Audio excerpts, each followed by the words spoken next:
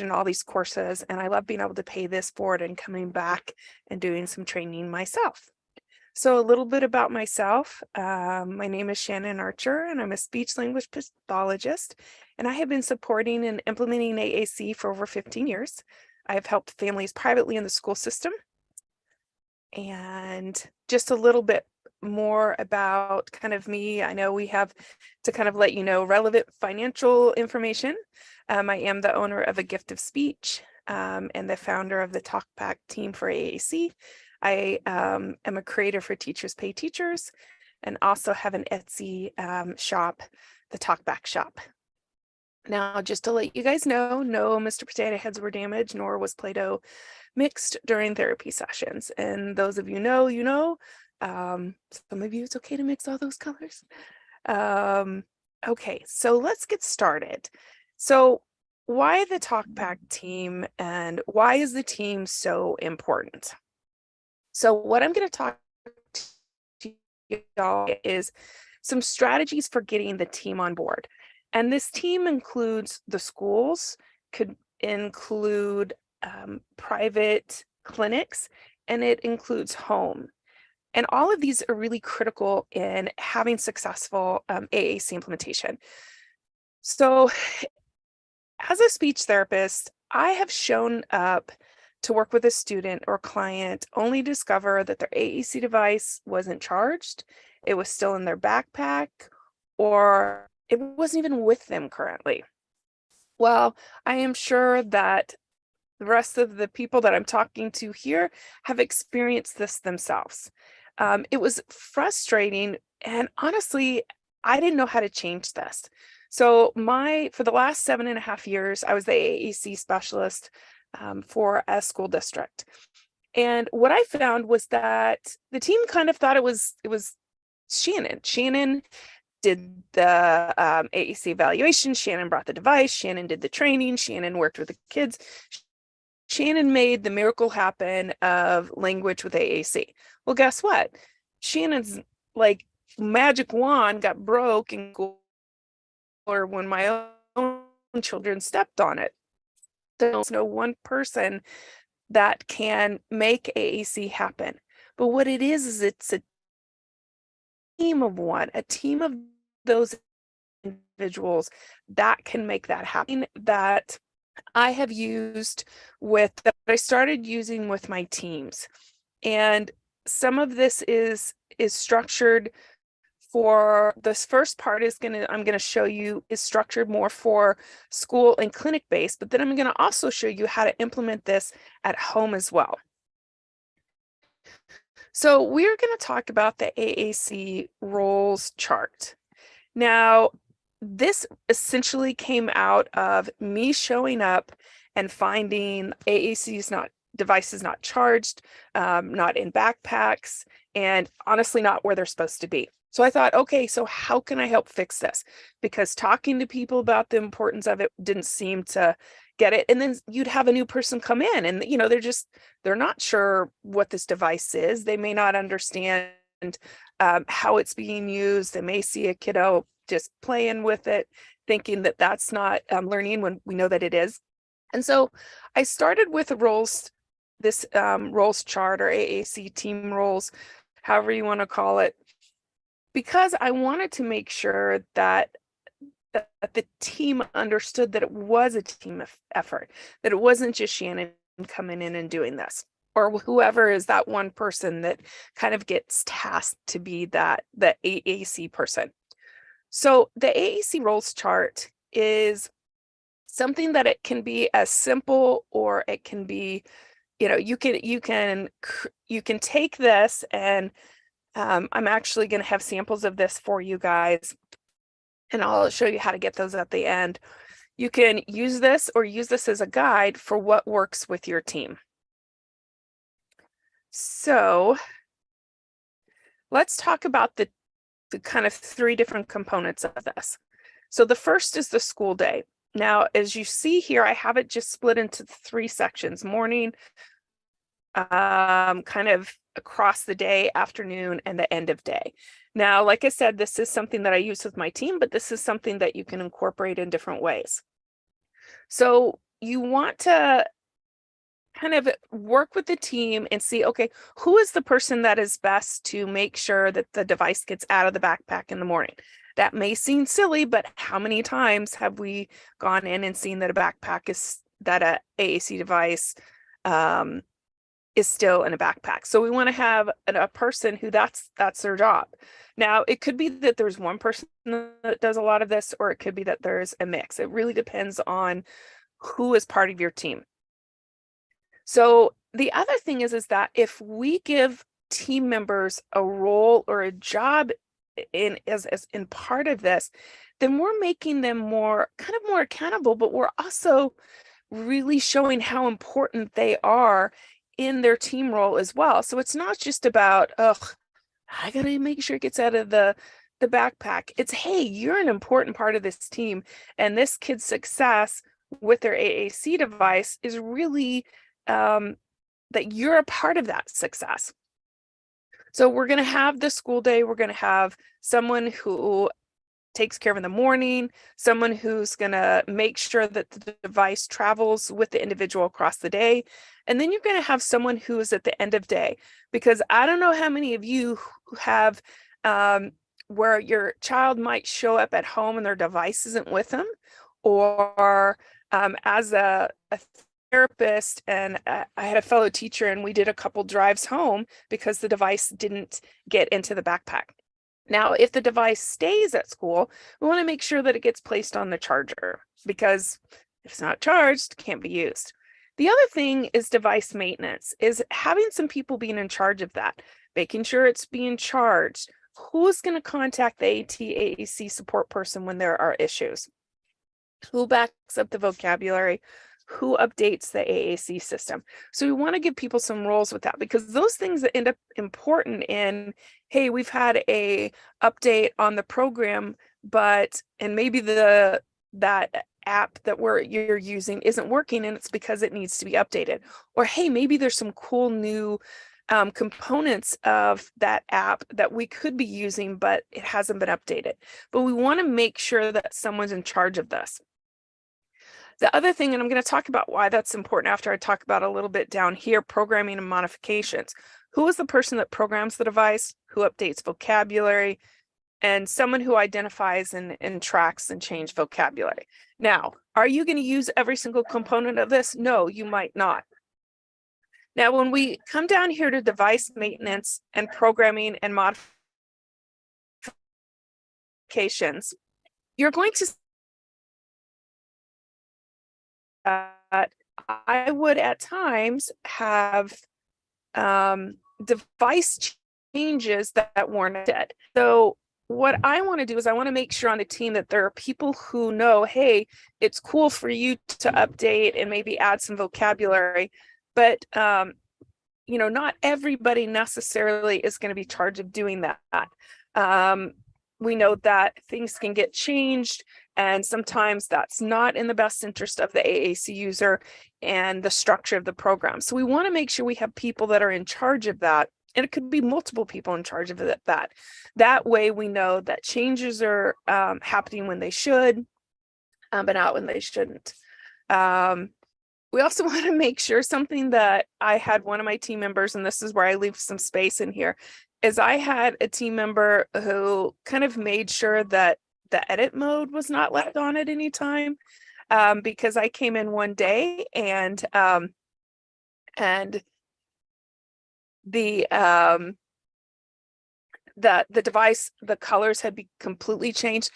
I don't even know how to do what this kiddo did, but it was because somebody left the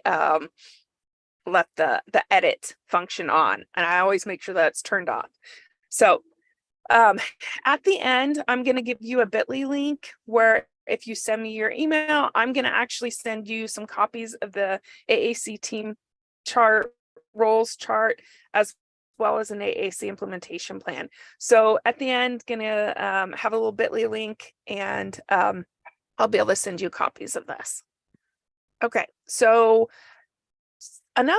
one thing we want to make sure when we're doing this roles chart is we want to make sure we go over with the team, talk about the different roles and the expectations involved. I find that sometimes if we just, go, oh, hey, you're doing this, this, and this, sometimes there can be a little pushback. But if we work with the team and talk about, hey, who would like to be in charge of this? Or who's the most appropriate person to be in charge of this? And then talk about, who is going to do what. And then I always place that roles chart in a place to help remind the team of who does what. And I need this reminder as well. But that's just kind of a way of making sure that everybody knows, who's doing what and when. So this is just another picture of the AAC roles chart. So another thing is, we can do the roles chart at school, but also at home, because as a parent myself with 2 young kids, they're now grown. I know that having one more thing to try to keep track of sometimes is just completely overwhelming. And whether it's AAC device or some other sort of program that you're doing at home or implementing, I mean, it's just it can be challenging. So one of the things that we can do on all sides, whether it is, we're the AAC specialist, special ed teacher, the private therapist or parent or family member, is we can create a roles chart for home as well as school. And so communicate with family about what you're doing at school, how you're doing the things at school, and then find out some ways that the team can work together on this. So maybe the special education teacher communicates with the family, shows the roles chart of what's happening at school, and then talks about, I thought I had a home roles chart picture in here, but evidently I don't. But there will be one in the when you send. I will email you a copy of that. And what it looks like is it's just a little bit. It just has some different categories of, and just it's more of some different reminders for things that can be done at home in the same way that we have that at school, making sure it's charged at night, who's going to be modeling during activities in the evening. So just a way to give some family members some different tasks and some different ways to keep track of how to do AAC at home. So the next thing I'm going to talk to y'all about is an AAC implementation plan. Now, I will tell you how an AAC implementation plan, how did I get started using these? Well, I went to this 4-day phenomenal training put out in California, the California Diagnostic Center. It was in LA, and it was on evaluations. And one of the things that they taught us to do was to create a plan. And this plan isn't just for the speech therapist or for the SPED teacher or for any one person. The idea behind it is creating this as a plan for the day so that different members know what to do, when to do, and have ideas about different activities.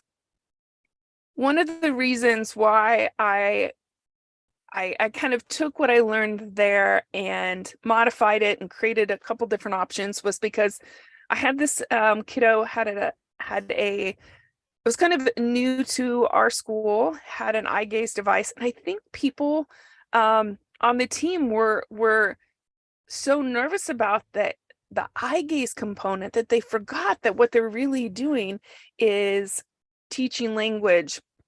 And there were a lot of tasks that, that we could very simply, easily implement. And it was just a matter of, not knowing what to do, when to do, and how to do it. So that's where came up with an AAC implementation plan. Now, the one that I've shown right here is very specific. There's a lot of different options with this. And I think this next picture, I have a picture of a little bit simpler one. So what is an AAC implementation plan? It's essentially a lesson plan, so to speak, on how to implement AAC across the day in different settings. Now, it is not something you do for every single activity throughout the day. That's not what it's meant to do. The idea behind it is this is something that's going to be used by the entire team, and it's going to be used across different settings and with different people. And really, our target with it is to support AAC language growth by teaching our team members how to support and implement different activities. So this is not for me. I didn't create this to take data. I mean, it's great to take data, but really why I created this was to teach all my team members how to take an everyday activity and work on implementing AAC, whether it's a very structured activity or just circle time or snack time or something like that.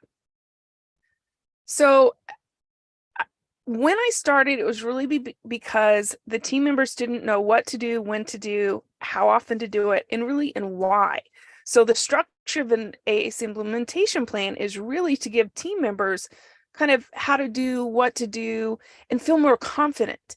And one of the really awesome, cool things I found was that once people were using the implementation plan, I had this instructional assistant who was amazing. And she came to me and she was like, this has really been awesome because now it helps me think about how I can implement AAC for this activity and this activity. And I was like, yes, that's exactly the idea behind this. It's kind of gets you thinking about how you can support and implement AAC. So for me, it's a plan, but really it's because I planned to get everybody on the same page on how to implement AAC. So when we're creating the AAC implementation plan, again, this isn't just about the speech therapist or SPED teacher or just one person creating this. I really like to meet with other team members when possible to create the best plan across settings. So I had with this one student, I got the instructional assistant and I had the special ed teacher, and we sat down and we looked at the day and we thought of some activities that we could use to that we really wanted to target through the day. So let's look at the different components of the AAC implementation plan. So we have the what, which is just the activity. Now this activity could be a structured speech session. It could be just reading, like reading a book. It could be snack time. It could be going out to recess. It could be math time. It can really be any activity, and it can be something very simple, or it could be something a little bit more in depth. The why, this can be a goal or objective. Now, this doesn't mean you have to go back to the goals pages and read, okay, which goal was this? The idea is thinking about, well, why are we doing this? So say, for example, I'm going to show you an example in a second where I talk a little bit about each one of these. So we're going to do also who is doing this, who's the one who's going to be really implementing this activity, where is it taking place, the duration, and then some target words. Now, some of these things you may have specifics for, and some of you don't. Some of them you won't. And it's not a matter about having every single thing filled out. It's what you need and your team needs to effectively support the AAC user. Now, you'll see down here, I also have some place for taking some documentation as well as notes. I like to when I'm taking some data and we're trying to see where an individual is successful, where we need more work, I will use, are they independent? Did they need a model? Did they need a gestural prompt? What kind of prompt level did they need? And then I might also down in this put the number of words the AAC user used in the response. That way I'm keeping track of not only how they responded, what kind of prompting they needed, but also the number of words that we're using. Now, like I said, this is something you're not going to do this for every single activity. I don't do this for every single activity that I have an AAC implementation plan. Sometimes I just write notes about what happened. The idea is giving you the structure for showing this. So let's take a look at what this might look like. So here we have the what, which is watching favorite video clips. The why, and Annie will identify the favorite character on screen during a video clip during personal choice time. Who is doing the activity? And this was the instructional assistant. Where was this? This was in our special education classroom. The duration was 10 minutes. And then the target words were I, see, Elsa, Olaf. I bet you know what movie we were watching.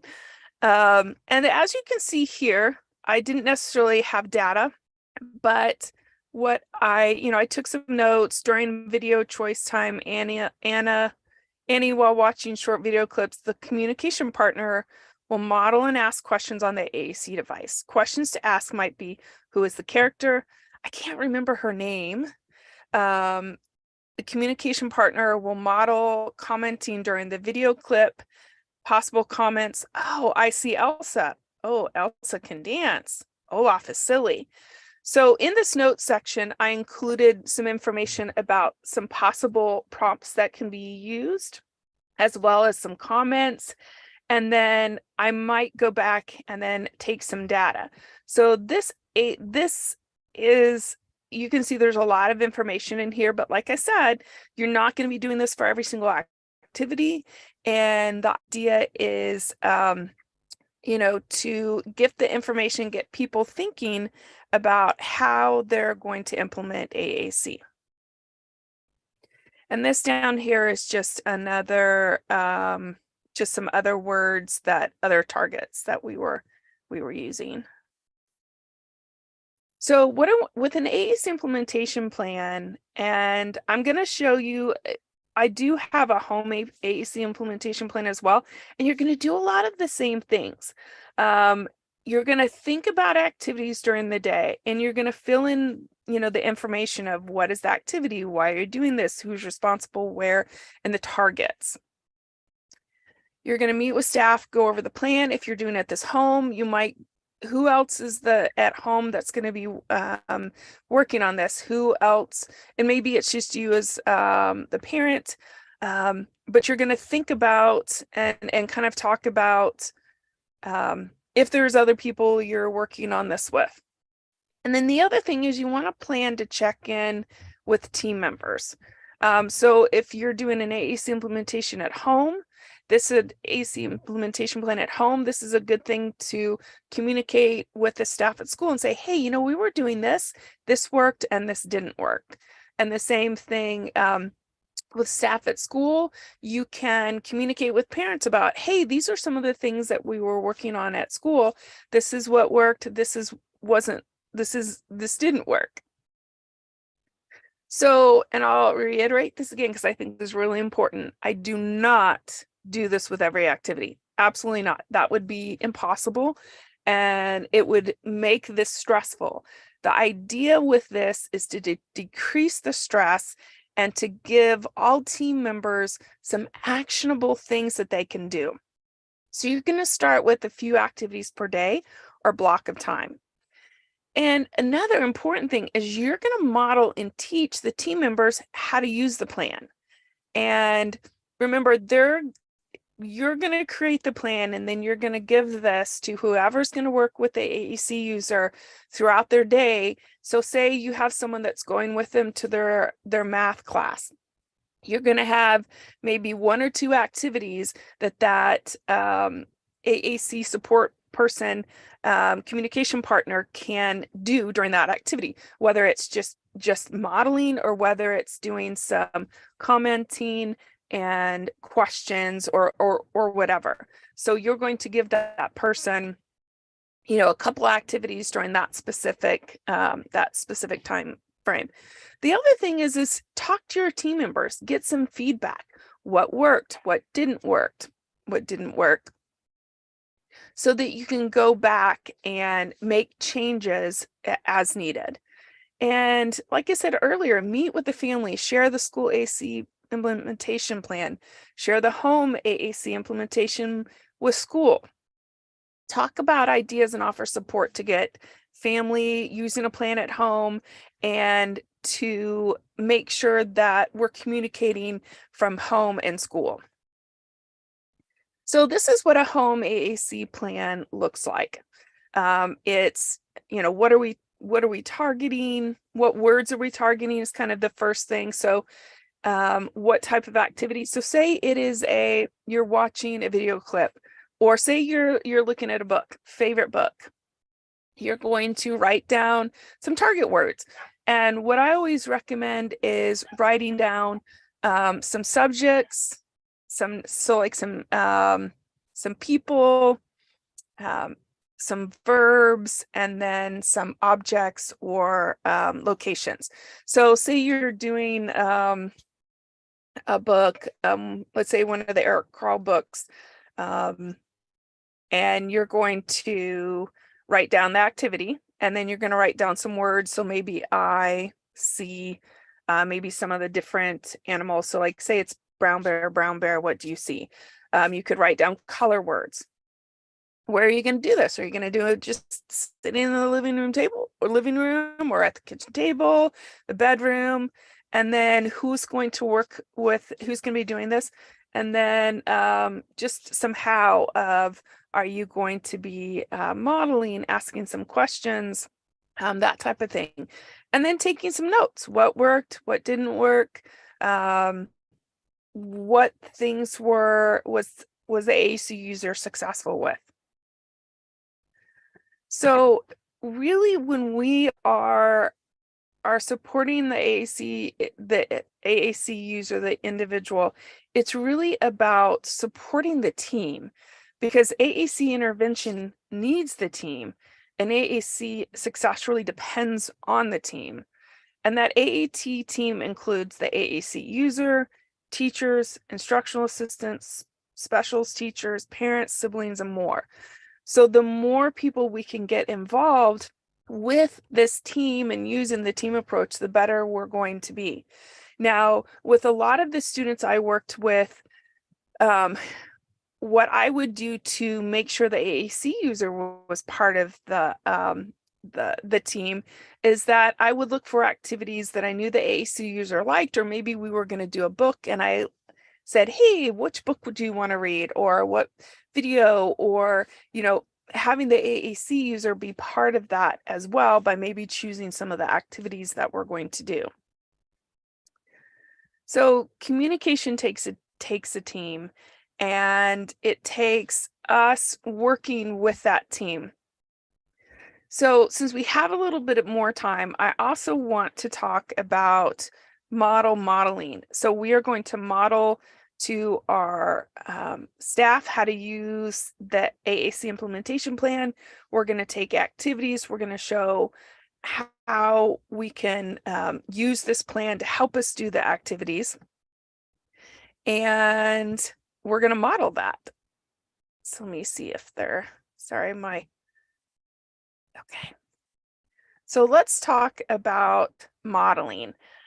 And one of the reasons why I include this when I talk about the team is because, to me, modeling, it takes a team. It takes more than one person.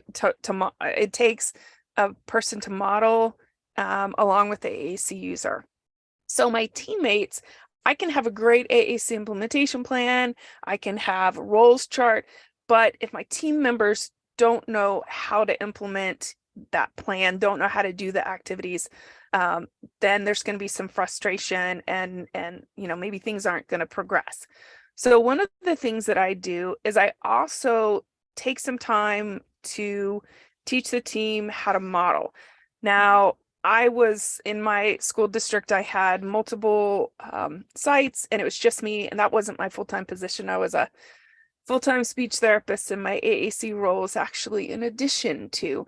So one of the things I found challenging was, how do I teach everybody how to model, use AAC implementation plan? So I actually made some quick little videos that I would share with the team. When possible, I would provide like district-wide trainings, or I would go into that classroom.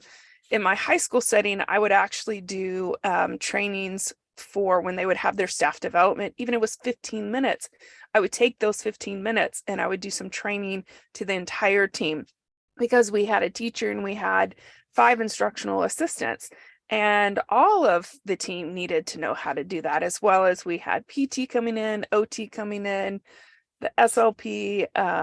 So I wanted to have the whole team on board with that. So let's just talk about a little bit about modeling. When we're modeling is about just showing an individual and giving the individual ideas and how to use your device.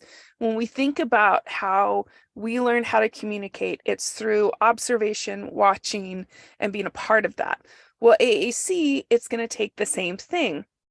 We're going to need to model some more how we use the device.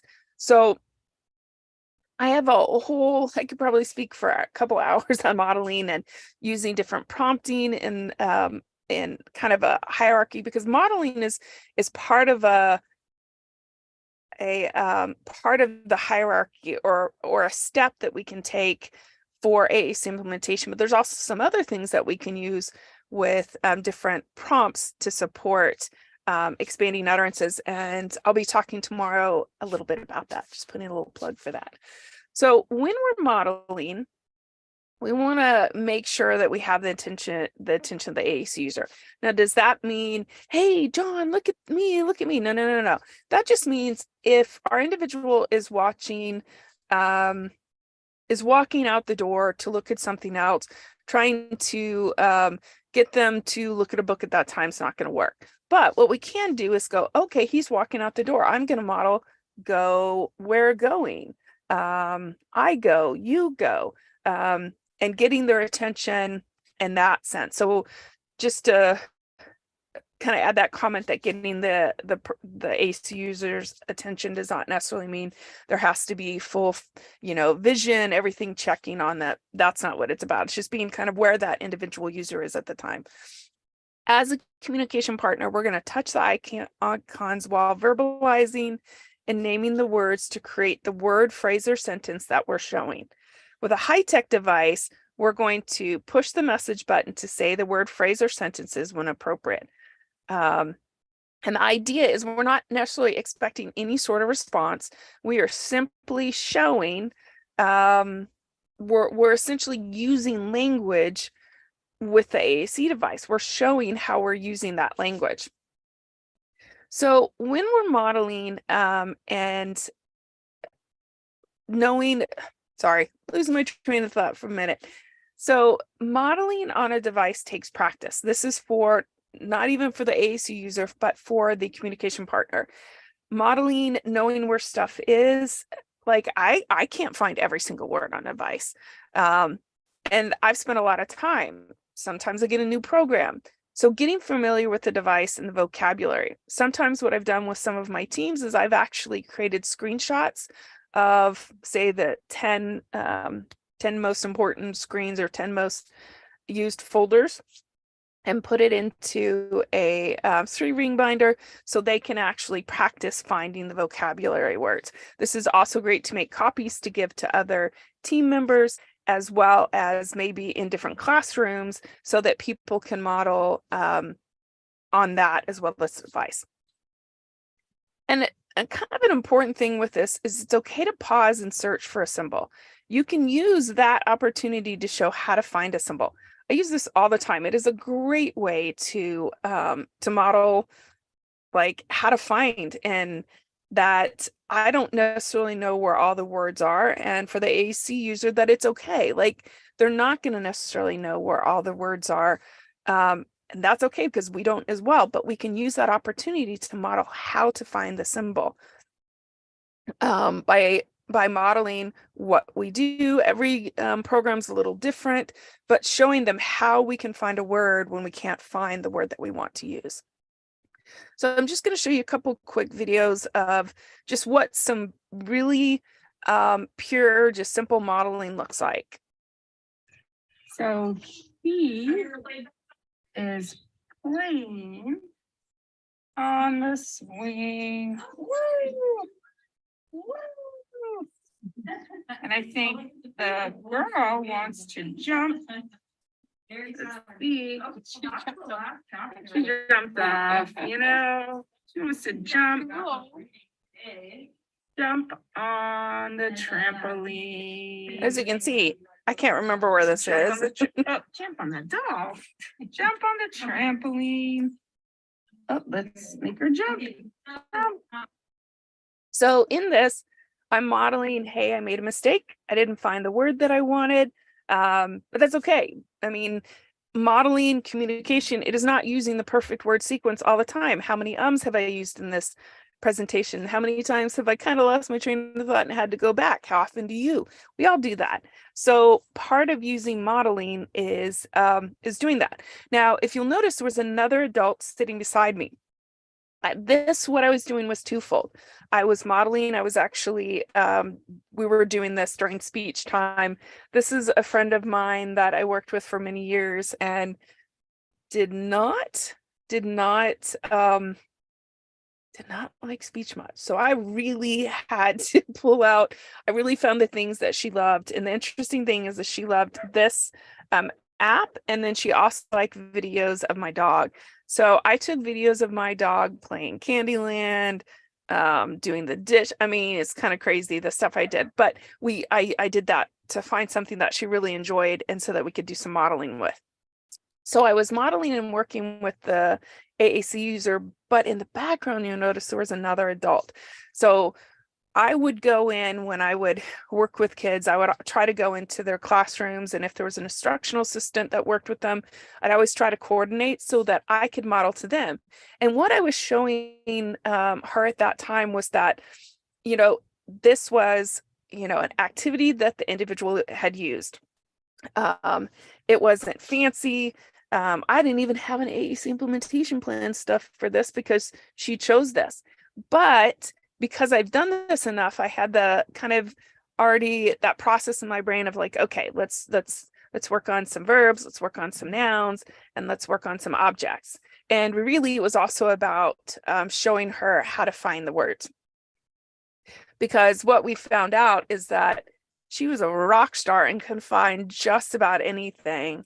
But we hadn't modeled enough to show. He is playing on the swing. Okay, here we go. So this is another example of just some pure modeling with a kiddo. Now, I'm not sure if this video shows it or not, but it's really kind of funny because he liked my iPad more because it's the iPad Pro. So we ended up switching because he was like, wow, that's a cool iPad. But we're in, and the other thing, and you won't see this, but there's an instructional assistant sitting beside me. And I'm just showing her how, hey, I'm just, you know, playing, you know, we're playing where the kid is. I'm doing the activities that the kiddo is doing. What was really fun is that some of the kids came up after, and the little guy was actually kind of showing him some of the animals and stuff. And it was awesome. So let's just watch some modeling.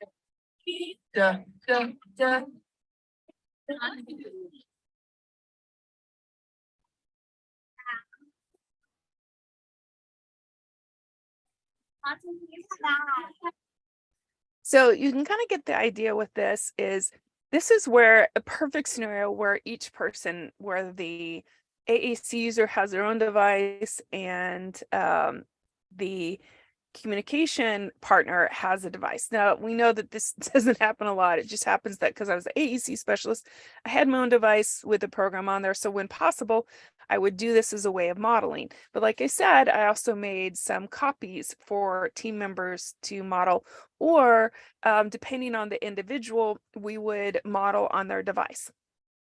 But that's a whole other session we can talk about. Really, we want to make sure we're respecting the individual. And I've had some kids that really didn't like me using their device. So we worked around that.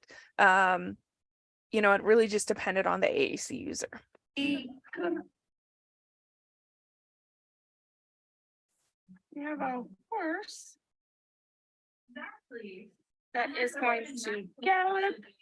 Ooh, he's galloping in the horsey. Woohoo. And look, there's even a baby. Oh, there's another horse. We have 3 horses. Gallop, gallop, gallop, gallop, gallop. So you can see in this modeling session that at this point, I'm just modeling some single words. A little bit later in the session, I was modeling some subject verb like horse run, baby run, horse eat. But at this point, we were just doing some single word modeling. But as you can see, again, I had an adult sitting with me, and the idea behind this modeling wasn't just modeling and doing an activity with the AAC user, but was really modeling for the adult, just to give her some ideas and some strategies of, hey, look, this doesn't have to be fancy. This isn't about having, having to do 3-word utterances or 2-word utterances or whatever. This is about me sitting down, playing, and modeling words as we go. Now, on some of the activities with this individual, when we would write this in the implementation plan, sometimes that's all we were doing is just like, we'll play with activity, and I would pick some target words.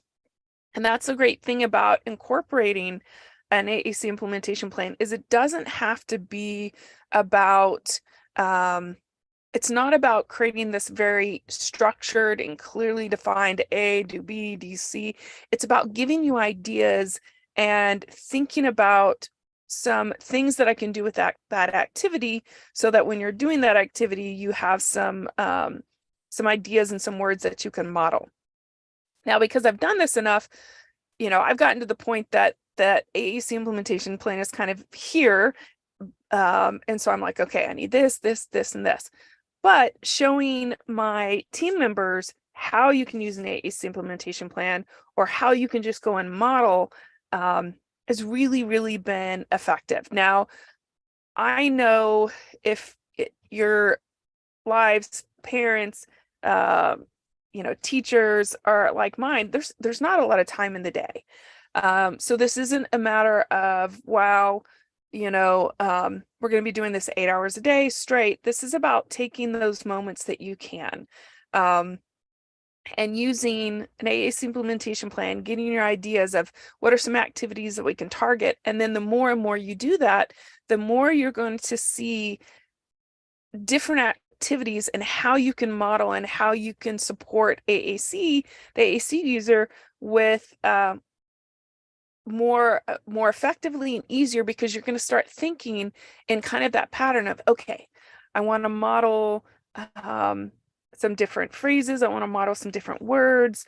And you get used to that, and it becomes easier and easier. So when we think about how many times a child hears a word before they can say it, it is a lot. And I don't have the numbers, but, children are exposed to language and words for months and years before they start to say words and then combine them in sentences. So we need to model words, phrases, and sentences over and over and over and again. This is for the AAC user, but also for our team members. We need to model so that they can learn as well. So this modeling is twofold. It is about supporting our team members, but it's also about modeling for the AAC user, because really learning to do AAC is about the team working together and understanding how to implement AAC. So right now I've got some time for questions. If you have questions or want to ask me something outside of this, feel free to email me. And also the bit.ly link. You can send me an email and I will be able to send you the AAC implementation plan and the roles chart that you can use as a guide to create your own, or you can use with your own, you can use on your own. So just checking to see if anybody has any questions they'd like for me to answer.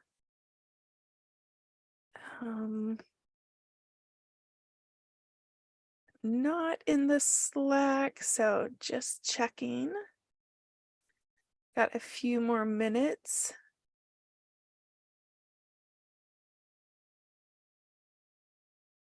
So I will also, there's going to be a link to the presentation, and you'll also have the contact information in there as well. So I am going to stop the share and just check to see if there were any other questions.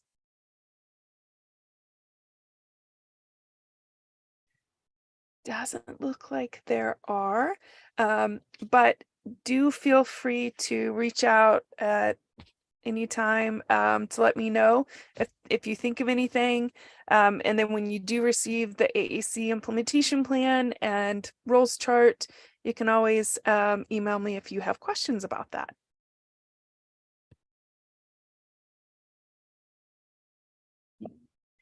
That was awesome, Shannon. Good job. Thank you so much. And thank you, everybody. We'll hop off here. Have a good day. You too.